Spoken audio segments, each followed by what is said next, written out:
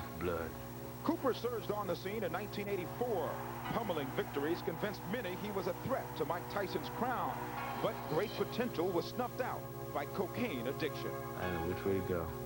And stuff, you know, manager, he wasn't there, and he didn't care about me, you know. And, it's like I was just stuck, you know. I couldn't go nowhere. Cooper crashed to the bottom in his test with George Foreman. Trashed whatever promise he had left with 3 sleepless nights of wild partying before the nationally televised bout. Cooper lamely quit on the stool. His purse stripped after testing positive for coke. Hurtling into oblivion, one man still believed in him. The only time that Bert ever quit at anything in his life was when those drugs and that bad influence was a part of his life. I said, hold up, Bert. You got to wake up. This ain't you, Coop. This ain't you. This ain't you. Got back on the right track. Right track, you know. I fought my way through. Moorer's climb to heavyweight recognition was also challenged with many roadblocks. Like Cooper, most of them were outside the ring. One assault charge is still pending in his Pennsylvania hometown, and the last few months, poison spread between Moorer and his longtime trainer Emanuel Stewart. They've apparently worked out their differences, but in the ring, they found Mike the Giant White a threat to his KO record. When you come in the ring, you look at this guy, you say, wow, I mean, you can't even hardly, if he would just stand there and say, hit me, I mean, you'd have to almost get a ladder to climb up just to do that. How are you going to knock him out? And I said, well, this is a big guy, and he's trying to use his weight size advantage over me. And I said, well, I'm just going to have to box. And I think I did damn good. I'm not worried about what other people say about, well, I went 10 rounds, and I went 10 rounds in my last 2 fights. That don't mean anything. The Giant squashed his perfect KO record, the one stat that separated him from the other top contenders. Still undefeated, his last fight against Everett Martin put him to the mat for the first time as a pro. He could have been the best thing that could have happened at this time, because I think it's going to have him pumped up to the point where his immediate fight following that performance would probably be one of his best, and I'm hoping that happens. What stands in the way is a fired-up, rejuvenated Cooper. No one is calling this Philadelphia slugger a quitter anymore. Tonight's shot for the WBO title can give final direction to a soaring up-and-down career. It is the most important fight. Everything else is yesterday, used to be, and once upon a time. And the only thing that matters is Michael Moorer. His toughest challenge is going to be the upcoming fight with Bert Cooper. Not just a challenge as a fight, but I think about life. This will be the fight where he will prove or disprove that he's for real. Bert is mentally prepared and strong and in condition, and when he's that way, no heavyweight, nobody can beat him in the world. Despite Cooper's last 6 aggressive no-quit performances, Moorer is not convinced the recovering challenger has what it takes to be world champion. The Croc superstar plans to use more than his KO power to get by the pit bull brawler. All depends on who's behind the punch and what type of guy who has a bigger heart. And I think I have a tremendous heart, and I think I want it more. When the bell rings, there's Michael. There goes Michael. Instead of, I got bills to pay. You know, he can't stand in the way. He can't stand in the way. It's a do-or-die situation for me. Tonight is the fight of their lives. Cooper needs the victory to bury his shattered past. Moorer craves this win to blow away the sea of skeptics. Both boxers are battling for the WBO crown and the top of their division. It's going to be a do or die for both of us, and for myself, I want to live a different life. So it means a whole bunch to me. It means this is my life right here. I'm going to go for it. I'm going to go all out and do what I got to do.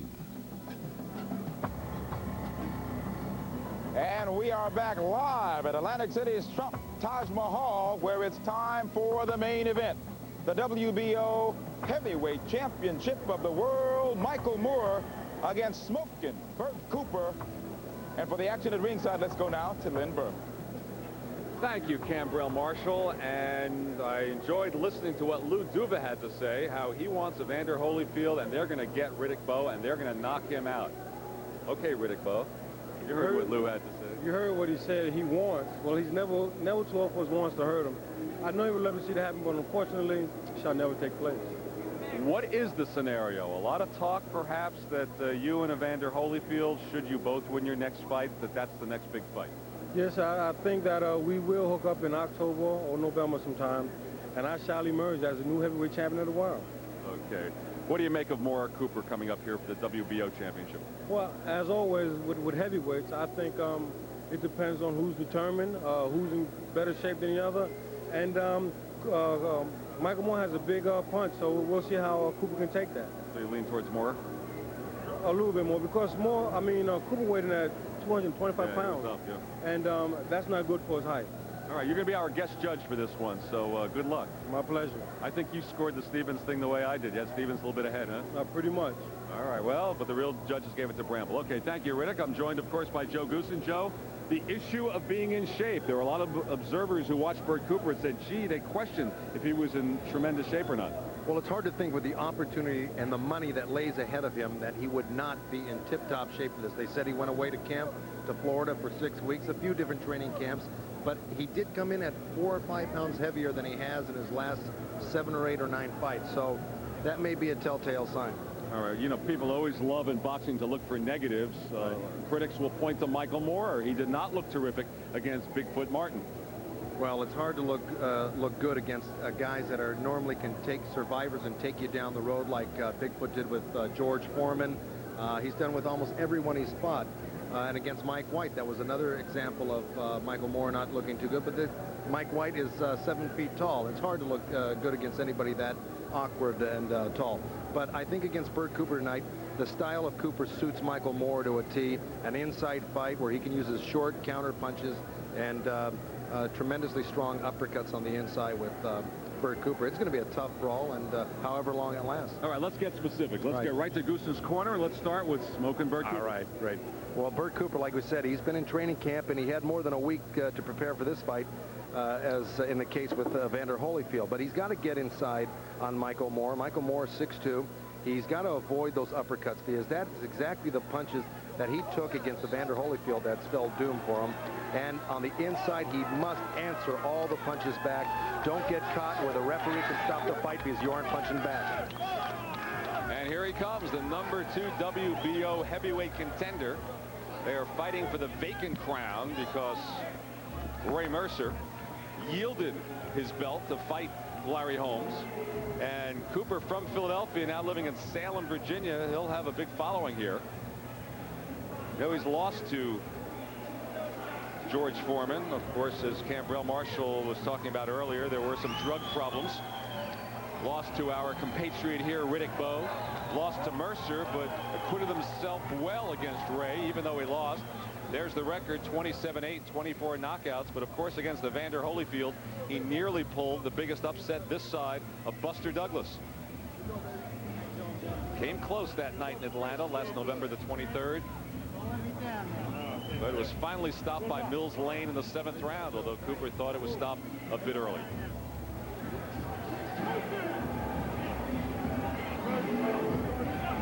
Cooper confident and talkative and getting a second chance of his career. And now let's check out Goosen's corner for the #1 contender, Michael Moorer. Michael Moorer, definitely one of the top 3 or 4 heavyweights in all the sanctioning bodies. He's got to box early, I believe. He's got to use a little bit of his reach and height advantage, try to let Cooper shoot off some steam. Counter the wide shots. Michael Moorer is a beautiful, sharp, short puncher. He's got to counter all the wide shots off of Cooper, and then pressure in the late rounds if it goes that far, and try to knock him out. And the purposeful #1 WBO heavyweight contender, Michael Moorer, head down, making his way through Taj Mahal Mark Edis Arena towards the ring. 24 years old, born in Brooklyn, raised in Monessen, Pennsylvania. That's where he's facing that assault charge against the policeman. The trial will be held next July, but for now, the business at hand, Michael Moorer for the WBO heavyweight championship. His spotless 28-0 record, 26 by knockout, and he's the master of the short fights. Of his 28 encounters, 21 have gone 4 rounds or less. He, as you see, the former WBO light heavyweight champ. He defended it successfully 9 times. 6-0 now as a heavyweight. And keep in mind, he's a southpaw. But Bert Cooper fought Joe Hipp, another southpaw, in our last TVKO fight where we saw Cooper. Our tail of the tape tonight, Cooper 2 years older, 3.5 inches shorter, 7.5 pounds heavier. A lot of talk about the shape that Cooper's in, and Moorer with the 5-inch reach advantage. And let's check out some CompuBox statistics going into this one. All right, this is a 3-fight average for Moorer and Cooper, of course. This is punches per round, 52 to 41. And you see the big edge in punches landed and thrown here for Moorer with a tremendous connect percentage. If he lands 62% of his punches against Bert Cooper, this could be a short fight. And the jabs per round. This is a 3-fight average. All right, with again. Moorer throwing and landing. Look at Cooper, just 2 per round. He's the type of guy who bobs and weaves his way into a man. He's not a guy that uses a big jab, but looping hard punches. And you can see why. There's more with quite more jabs thrown and landed. And our WBO rules, similar. 10-point must system, no standing 8 count, 3 knockdown rule, yes. Saved by the bell, you can be saved by the bell in the last round, unlike our earlier fights, and only the referee here can stop the fight. So we're ready to go. Let's go up to ring announcer Michael Buffer for the pre-fight introductions. Ladies and gentlemen, main events, Rick Parker Productions TVKO and the undisputed, undefeated king of beer, Budweiser, present the featured bout of the evening. This contest is sanctioned by the New Jersey State Athletic Control Board, Boxing Commissioner Larry Hazard Sr., Chairman Jerry Gormley, board members Gary Shaw and Richard Harrison, Deputy Commissioners Lawrence Wallace and R. Yogi Hiltner. Representing the World Boxing Organization as supervisor at ringside, Alberto Aleman. Physicians in attendance, Dr. Charles Wilson, Dr. Earl Shaw, and Dr. Eric Wormser. Counting for the knockdown seconds, alternate referee Tony Perez, and the timekeeper is Roosevelt Gilbert. The scoring for this bout will be done by 3 judges using the 10-point must system. They are Cesar Ramos, Gerald Maltz, and John Stewart. And when the bell rings, the man in charge of all the action, referee Joe O'Neill. And now, ladies and gentlemen, from Donald J. Trump's Trump Taj Mahal here on the boardwalk in Atlantic City, New Jersey.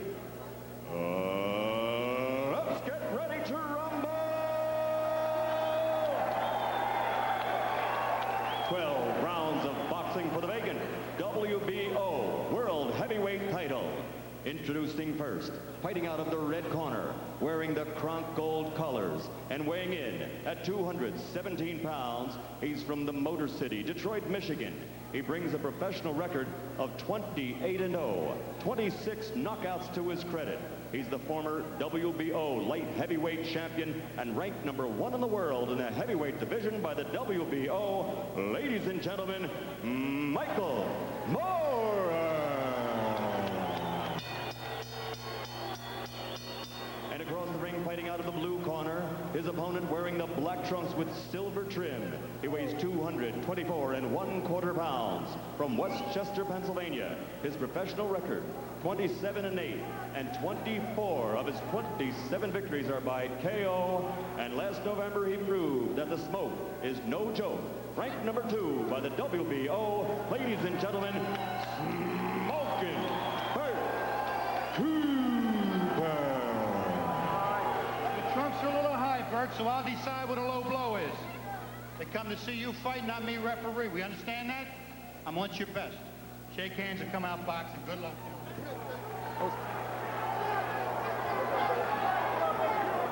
So Cooper, the only man to knock down Evander Holyfield.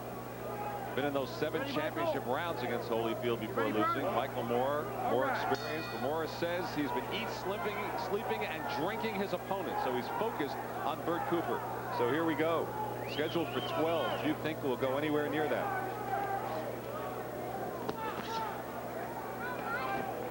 Cooper hoping to prove that it was not a fluke against Evander Holyfield.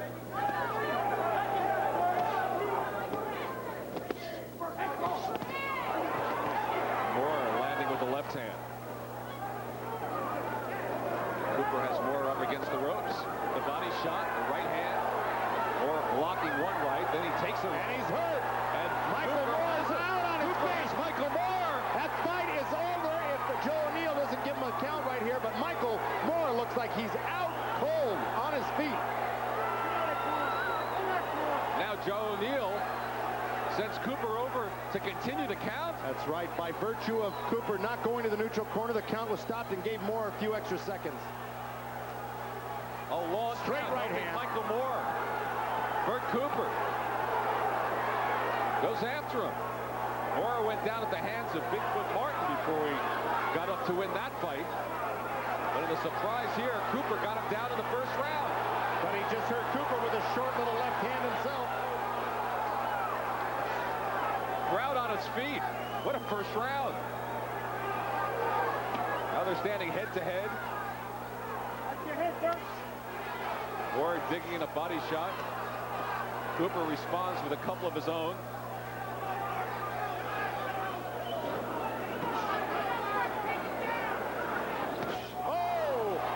Cooper goes down. Out. He is stretched out. His mouthpiece came flying out. Got caught with a right hook. This is Michael Moore's trademark, fighting back, but Bert Cooper is asking his mouthpiece. That's right. He's asking Joe O'Neill for his mouthpiece, and he doesn't put it back in. Both men down in the first round. And Cooper absorbing more punishment. And more. All over him again. Oh, and Cooper. How was he able to stand? Just some vicious body shots by Michael Moore landed, and great hooks to the head. And Cooper about to go again. And still 27 seconds remain. And Cooper trying to fight back. Cooper without the mouthpiece. Trying to survive the round. And now a timeout is called. Waiting for a lull in the action for the mouthpiece. I'm surprised Joe O'Neill took that long to put the mouthpiece back in, because when it was out, he was right near the corner. Should have administered the mouthpiece back 30 seconds ago. So Cooper gets a breather. What an eventful first round this has been, with both men knocked down and both nearly out. Final seconds of the round, and Cooper has Moore hurt again. And that's it for the round, and the crowd on its feet.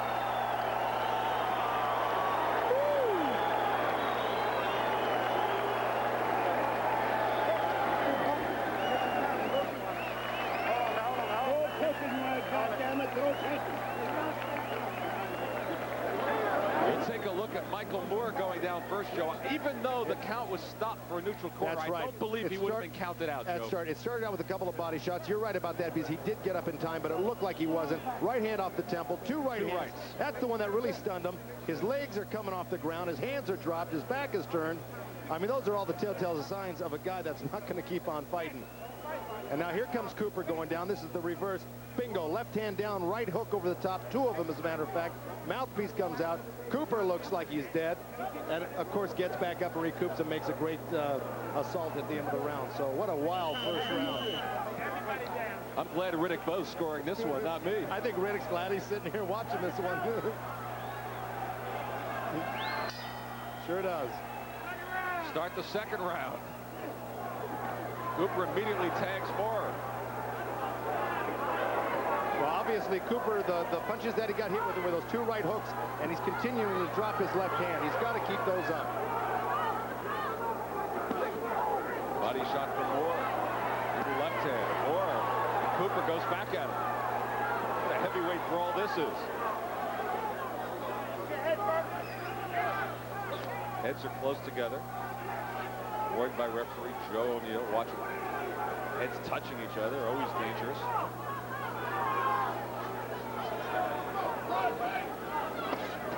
Oh, Moore landing the body shot, then the uppercut. And now Cooper fighting out of it.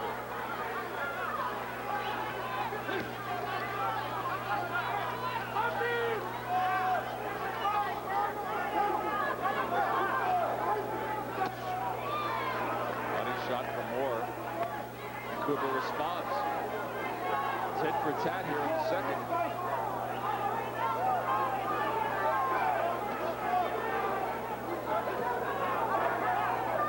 So Cooper now has dropped Holyfield and Moorer. Impressive notches on his belt, should he get one.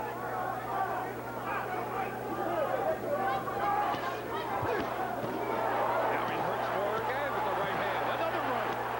And Moorer up against the ropes. Michael Moore keeping his hands up real high on his chin, though, and really he's smothering a lot of those punches. They're hard and they're having effect, but he's not taking clean shots off the chin. Cooper would be smart to work the body. Well, Cooper and Moore, every time Moore throws that right hook to the body, he never misses it. There's the body shot. Tries an uppercut. Joe O'Neill says bring him up. Thought the body shot was low. Cooper seemed to agree inside of a minute remaining in the second round. Moore digs in the body shot. Cooper with the right hook and the uppercut. Old-fashioned heavyweight war.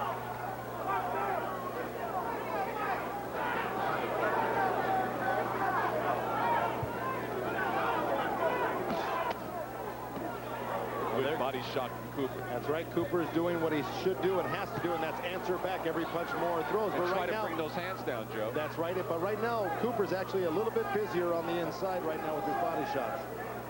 A little patty cake going on here. The waning seconds of the second round. Well, those are little shots. Cooper with the right hook. Little shot thrown by Moore to set up big hook ones. from Moore to respond.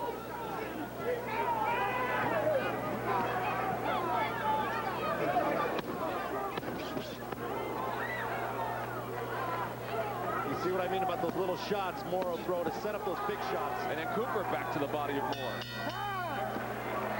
And Cooper talking at Moore as the round ends. Get in the water. You got it right here. There you go, baby. Take the time and 50 shots. He right there for you. Stay right here. You shoot him over there. Slip, walk your way through. 50 shots. Walk him through 50 shots. Them body shots, Rick. You feel him getting a little weak? Okay. Just like Ramsey outside. Right here, Chapin. Right there. Bucket right in front of you, son. You gotta hit him.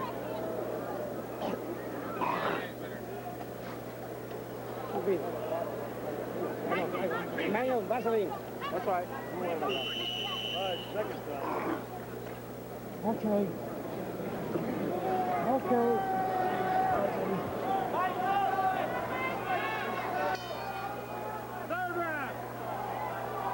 As we start the third round, we'll be bringing in Riddick Bowe for his comments in just a moment. But this has been something for the first two.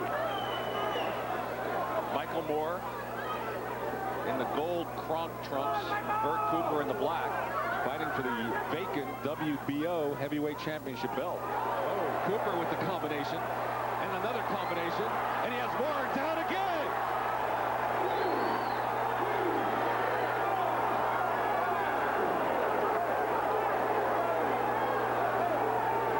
This time Cooper went to the neutral corner.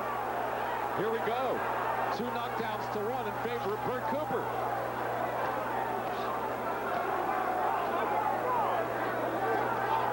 Riddick Bowe, what do you think so far? Well, I think Moore shouldn't be on the ropes. He should try to utilize his left hand a little bit more, or his right hand, and just keep Cooper in the middle of the ring. He's really effective when he's laying on the ropes. Did the number of knockdowns surprise you? Oh, very much so. I don't really, Moore's a big puncher, but I don't really think he takes a good punch. Now Joe O'Neill warning Bert Cooper to keep the punches up. It's obvious in the last 2 fights that Cooper's been able to knock down his opponents, and that Moore has been knocked down. Moore should be boxing a little bit more at this particular point. Now he knocks out the mouthpiece again for the second time.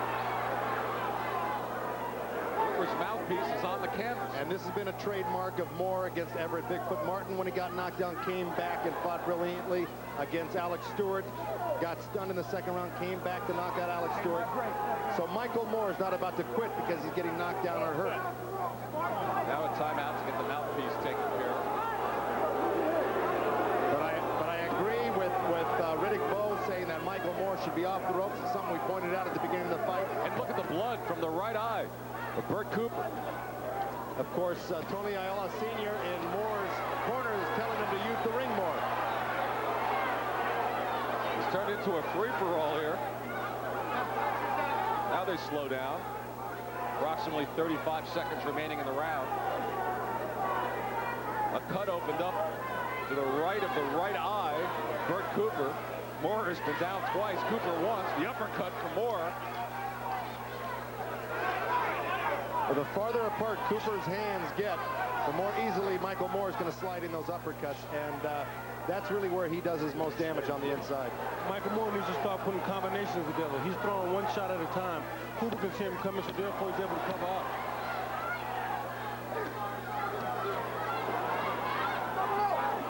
And you're right about Moorer. You're right about Moorer not being busy because Bert Cooper has got a nasty cut in his right eye. And luckily he's got Eddie Aliano in his corner. If I was Michael Moorer, I would take full advantage of that. That would be my mark to hit. I wonder if that was a headbutt or a punch that opened up that cut, because their heads were awfully close together, Joe. All right, here we go with the knockdown. Here's Bert just starting to unload on Michael Moorer. And look at the short, straight right hands he's turning over, landing right on the button. And Moorer actually just goes down from the barrage of punches. Tries to pull himself up and slips off it. Here we go, another angle. Left hook, right hand. Keeps going back and forth, the same combination. Left, right, till finally he beats him down. If Moorer should win this fight, they should take him back to the gym and teach him how to slip. Get under some of them shots. He's standing too straight up. And you're echoing exactly what Emmanuel Stewart told Michael Moorer to do before he came out for that round in which he was knocked down. He told him he has to slip and slide a lot more and get off the ropes, and he wasn't doing it. And I think he's waiting just a bit too much for Cooper. Right. Well, maybe he thinks Cooper's going to shoot some steam off and he'll be able to turn it on later on, but not at this rate. Here we go for the fourth round. If he keeps taking shots like that, he won't be around. Exactly. Bert Cooper in the black trunks. Michael Moorer in the gold. Moorer's been down twice. Cooper once. Looks like they have the cut on the right eye under control for the time being. The heads perilously close together once again. Well, it's starting to bleed just a little bit, but he's got Eddie Aliano in his corner, who's one of the best cut men in the business. Cooper trying the uppercut. Head to head along the ropes. Moorer goes right back to the rope. Wrong place for him to be. Well, I'm wondering if his legs just can't get him out of the way, or this is his game plan. This is where he wants to be. I fought Cooper, and Cooper's so strong on the inside. The first round, he kept me on the rope. He has to get off the ropes to beat Cooper. Right. Of course, if I'm not mistaken, you got off the rope, center of the ring, and landed a nice 1-2 and stopped him. Memory serves me right. The head's touching on the inside and also touching in the area of where the cut is by Cooper's right eye. And Cooper's right eye is starting to open up a lot more. And see, this is what Michael Moorer should do. At least try to get off the ropes and spin out to the middle of the ring where he can use a little of his reach. See, the blood has gone off of Cooper's eye and onto Moorer's head as a result of them constantly touching heads. It's also on the shoulder of Michael Moorer midway through the fourth round.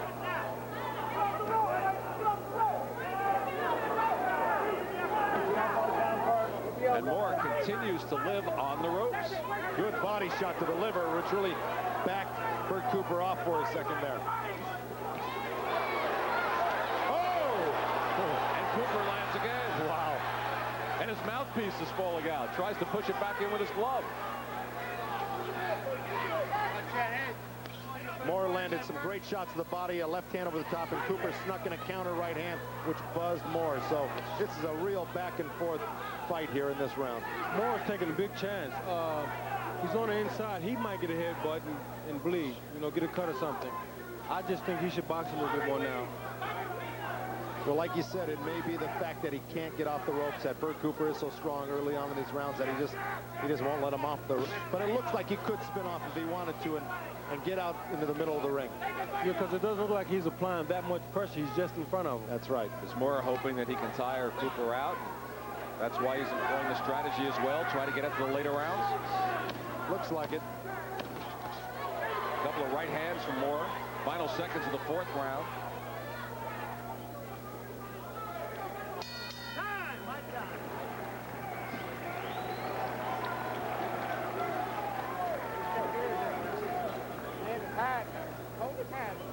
Okay. Give me the water.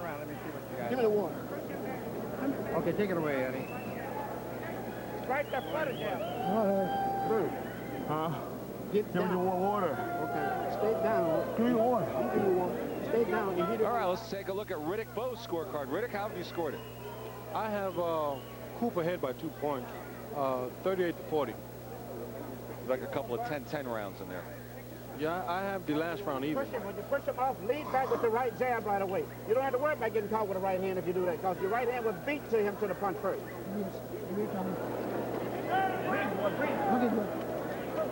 Lead with the right jab as soon as you push him off, okay? Take this ball. Pushing you. Nelly, as soon as he pushing you with both hands, so he can't punch you. Come back. That's right. That's right. You got it, baby. As soon as he pushing you with both hands. Push him around this round. Push him around this round. Here we go for the 5th round. Most of Moorer's fights have ended in 4 or less. If this one had done so, he would have been the loser. Here we go. He's been down twice, and we're into the 5th round. And here goes Moorer getting backed up automatically when his corner told him to use that right jab and stay on the outside a little bit more. He's not listening to Emmanuel Stewart. Right eye continues to bleed from Bert Cooper. And the head stayed perilously close. It's dangerous. But this is the type of fight I have a feeling Michael Moorer likes. He likes the grind on the inside. He doesn't like that, but he's taking the price. I have a feeling that he feels that eventually Cooper's going to wear down a little bit and he's going to really be able to open up. But at this point, it's really not working for him. He continues to use the strategy.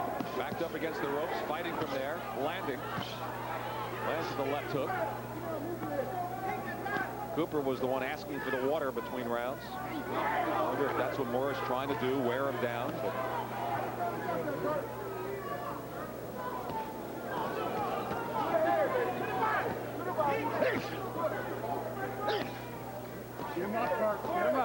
Cooper's starting to sound like a tennis player as he hits his shots.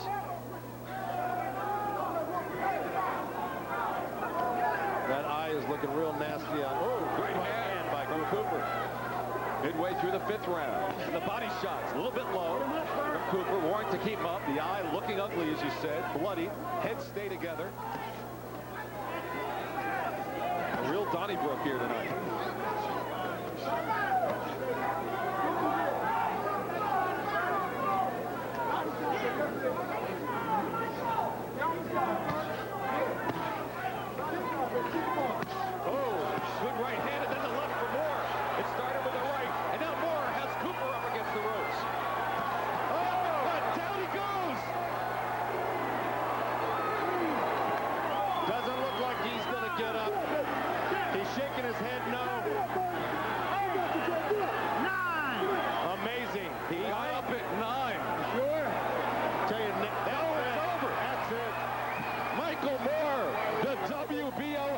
Champion. In fact, the first southpaw to ever win a heavyweight championship. Exactly right.